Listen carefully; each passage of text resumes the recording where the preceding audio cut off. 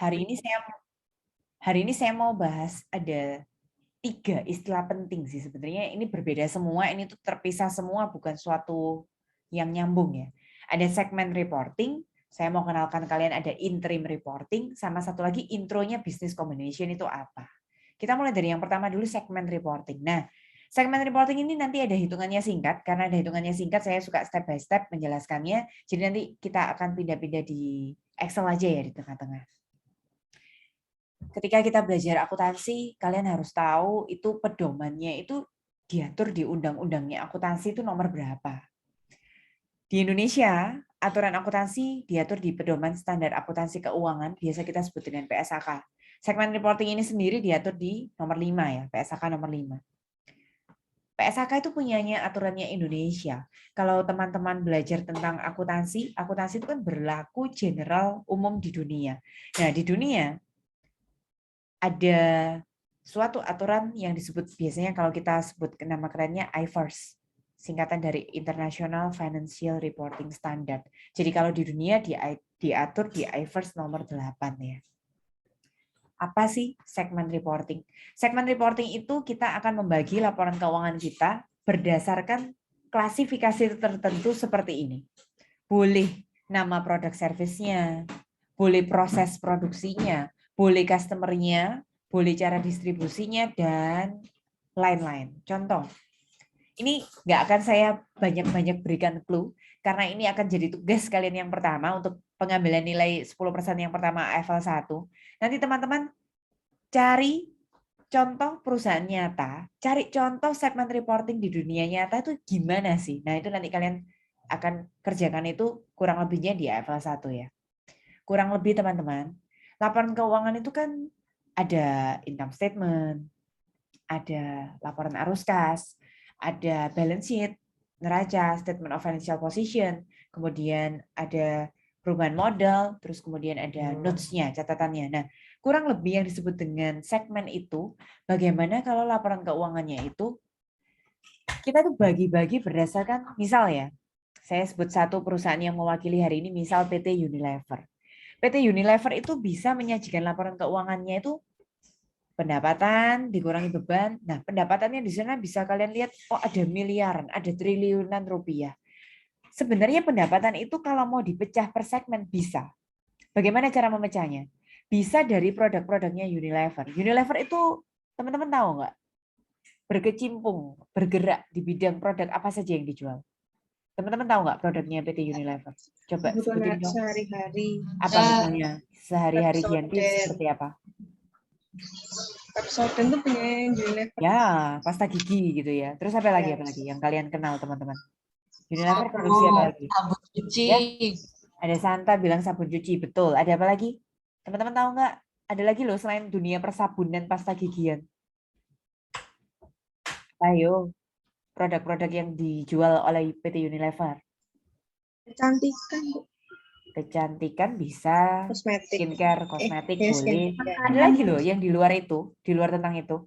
Makanan Betul sekali. Apa misalnya? kayak bango, Keripik-keripik, kecap. kecap-kecap gitu ya. Bagus. Iya. Nah, itu teman-teman bisa pilah-pilah per segmennya. Jadi ada yang mau dikasih nama personal care. Personal care itu berarti di dalamnya sabun cuci, pasta gigi tadi, sabun mandi yang kalian sebutin. Terus satu lagi misalnya F&B, food and beverage.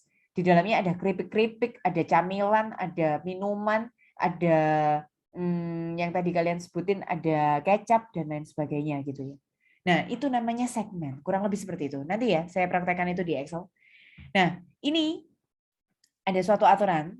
Apakah perusahaan itu bisa memilah-milah laporannya? Perlu nggak sih dibuat segmen reporting atau diglobalin aja semuanya, digeneralkan aja pendapatan ya pendapatan semua atas nama PT tersebut. Nah, ternyata ada tes yang harus dilalui. Nanti ada 3 tes akan kita praktekkan sebentar lagi ya. Ada revenue test, profit or loss test, sama asset test.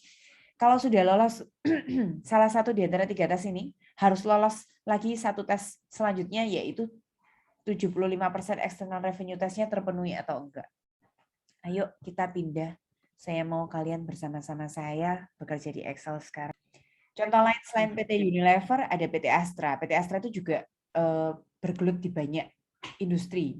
Ada dunia otomotif, kemudian perkebunan juga ada, terus kemudian kalau kalian bicara asuransi juga ada, terus kalian bicara kalau beli mobil, mobilnya nggak bisa secara tunai, butuh kredit, finance-nya, leasing-nya juga ada, kurang lebih seperti itu.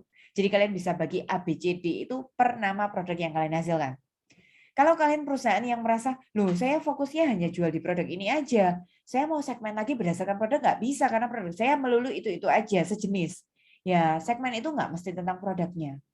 Bisa juga kalian bagi tentang, misalnya kalian tuh PT yang bergerak di melayani nasional seluruh Indonesia. Kalian bagi aja pakai regionalnya. Ada yang penghasilan untuk Indonesia bagian barat, Indonesia bagian tengah, Indonesia bagian timur. Kalau kalian nggak sampai mengcover nasional, hanya bergerak di kota, misalnya kota Surabaya, ya nggak apa-apa. Ini Surabaya bagian barat, Surabaya tengah, Surabaya timur, Surabaya selatan, dan selanjutnya. Kurang lebih seperti itu ya. Jadi segmen itu berdasarkan apa? Tadi yang di PowerPoint itu. Yang di sini, apakah perusahaan itu perlu menyajikan laporan dalam bentuk segmen atau tidak? Kalian harus melalui, ada 3 tes yang harus dilalui. Yang pertama tadi adalah revenue test. Kita akan mencoba melakukan menggunakan contoh soal ini, revenue test ya.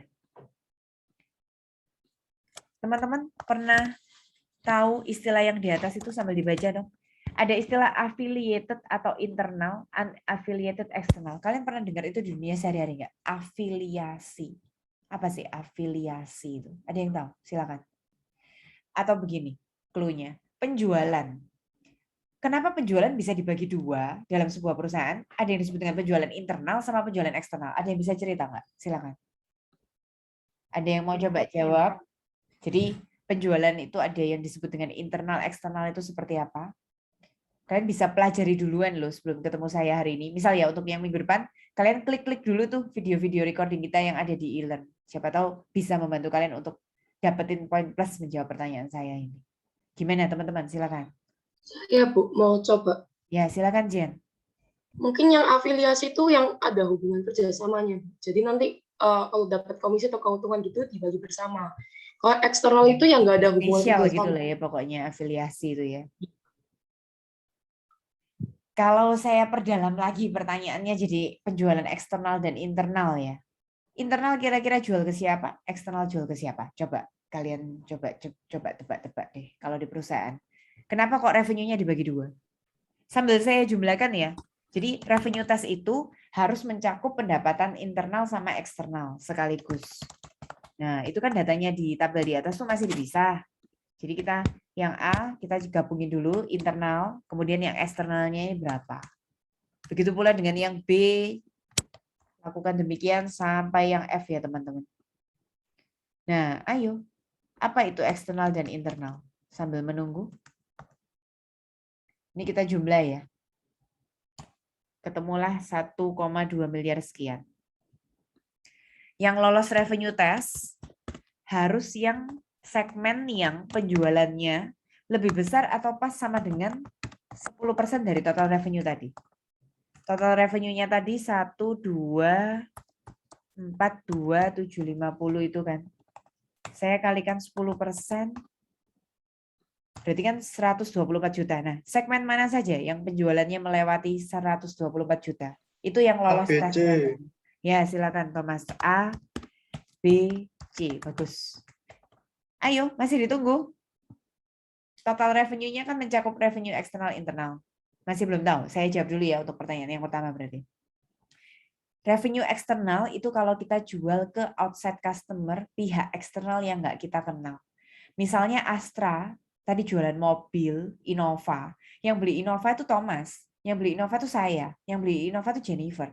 Kita tuh sama sekali bukan siapa-siapa Astra, kita bukan tergabung dalam keluarga Astra. Kita hanya external customer yang beli mobil dari Astra gitu loh. Nah, tapi kalau yang internal tuh gimana?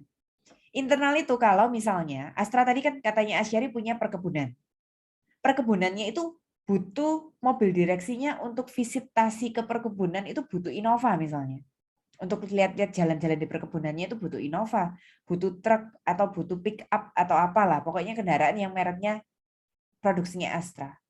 Nah, karena perusahaan otomotifnya jualan mobilnya ke perkebunannya dia sendiri, itu namanya jadi penjualan internal, teman-teman.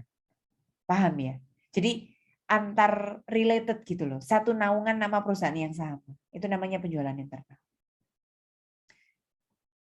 Terus kemudian lanjut lagi. Kalau tes yang kedua, ada yang disebut dengan profit or loss test. Berarti kalian harus pilih salah satu. Nah, saya tanya dulu. Perusahaan di atas, perusahaan ini, banyakkan profitnya atau banyakkan loss-nya? Siapa yang bisa jawab? Silakan. Simple loh Profitnya. pertanyaan ini. Ya, Santa, silakan. Banyakkan profitnya, buktikan kok bisa. Profitnya ada di yang A, terus C, D, sama F. Hati-hati. Profitnya ada di A, C, D, sama F begini kan. Loss-nya kebetulan adanya hanya di segmen B sama E. Tidak berdasarkan jumlah segmennya ya. Sama Jangan E. dilihat, oh yang profit 4 segmen, yang loss 2 segmen. Jangan. Siapa tahu ini profitnya 4 segmen, tapi misal profitnya cuma 10 jutaan. Misalnya gini, kan 40 juta totalnya. Yang ini memang kelihatan 2 segmen, tapi misalnya loss-nya 50 jutaan. Loh kan gawat. Ini cuma 40 juta, ini 100 juta. Paham nggak? Jadi lihat dari nominal rupiahnya, jangan dari jumlah segmen yang mengalami profit or loss-nya. Diperbaiki Santa. Berarti jumlah profitnya berapa selama tahun 2022 ini? 30 juta. Ya. Terus 7. Ya. 4 sama 1,5. Oke, berarti total profitnya 42.500.000. Kalau total loss-nya? 15 sama 1,5. Ya. Nah, ambil angka absolutnya ya. Kalau kalian bandingkan di matematika plus sama minus, ya minusnya selalu kalah. Tapi jangan dilihat itunya, lihat angka mutlaknya. Profitnya 42 jutaan, loss-nya 16 jutaan, berarti lebih banyak apa? Profit. Karena lebih banyak profit, maka pilih salah satu, kalian harus lakukan profit test di sini.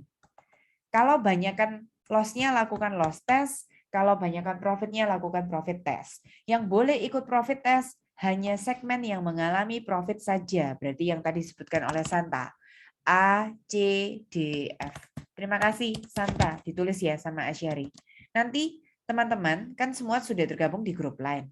Poin plusnya yang sudah diposting oleh teman yang bertugas hari itu, misalnya Asyari, kalian lihat di notes. Kalau nama kalian belum ada, kalian protes ke saya. Kalau misalnya jawab loh, tapi kok nama saya nggak ada, kalian bilang aja. Nanti akan saya koreksi juga, langsung lihat line kalian. Sama seperti tadi, profitnya dijumlahkan, rentang batasnya sama, 10%. Kalau kalian tanya, kenapa kok selalu 10%? Itu sudah diatur di IFRS sama PSHK yang tadi ya. Sudah rapatnya para dewan-dewan yang membuat undang-undangnya akuntansi, batasan ambang batasnya sudah ditetapkan 10%. 10% dari 42.500.000 berarti berapa? 4.250.000. Segmen apa saja yang lolos?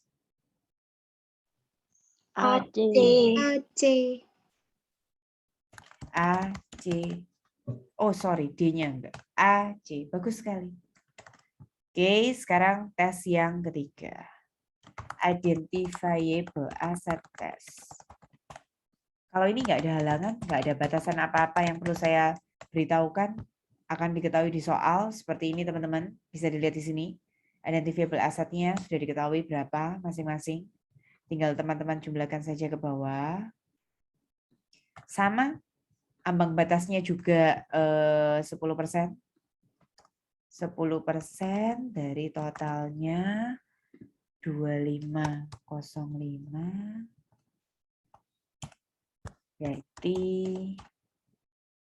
250 juta sekian. Segmen apa saja yang lolos? ABC. Bagus sekali. Lalu, tidak perlu ketiga-tiganya lolos, teman-teman. Lolos salah satu saja sudah boleh ikut tes yang finalnya, tes yang terakhirnya. Jadi kalau kita gabungkan, kalau saya ngomong, yang lolos tiga-tiganya A sama C. Tapi kita nggak butuh itu, kita nggak butuh lolos tiga-tiganya. Kita butuh lolos salah satu saja sudah boleh. Berarti segmen-segmen apa saja yang lolos ke tahap berikutnya?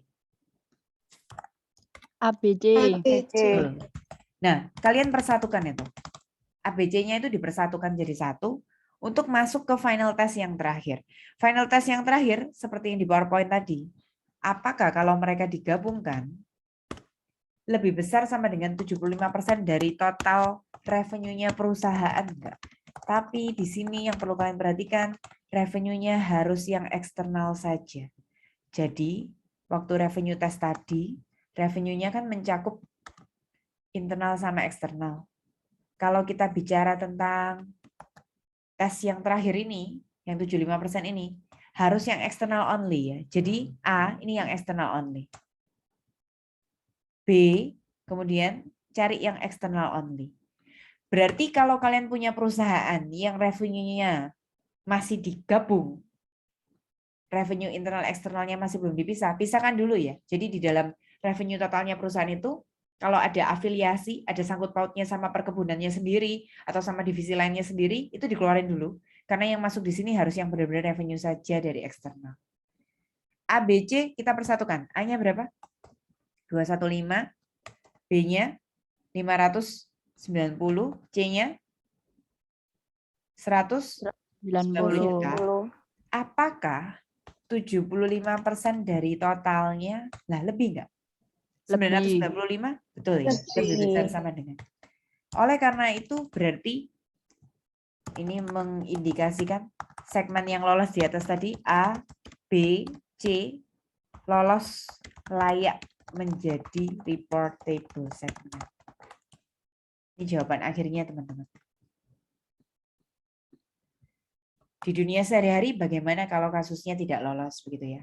Kalau kasusnya tidak lolos kalian boleh comot segmen lainnya tapi yang sejenis. Misal kalau punya industri hotel sama restoran itu kan masih mirip serupa hospitality industri kayak gitu bahasanya. Jadi kalian bisa gabung-gabungkan segmen-segmennya yang membuat akhirnya revenue-nya lolos gitu loh.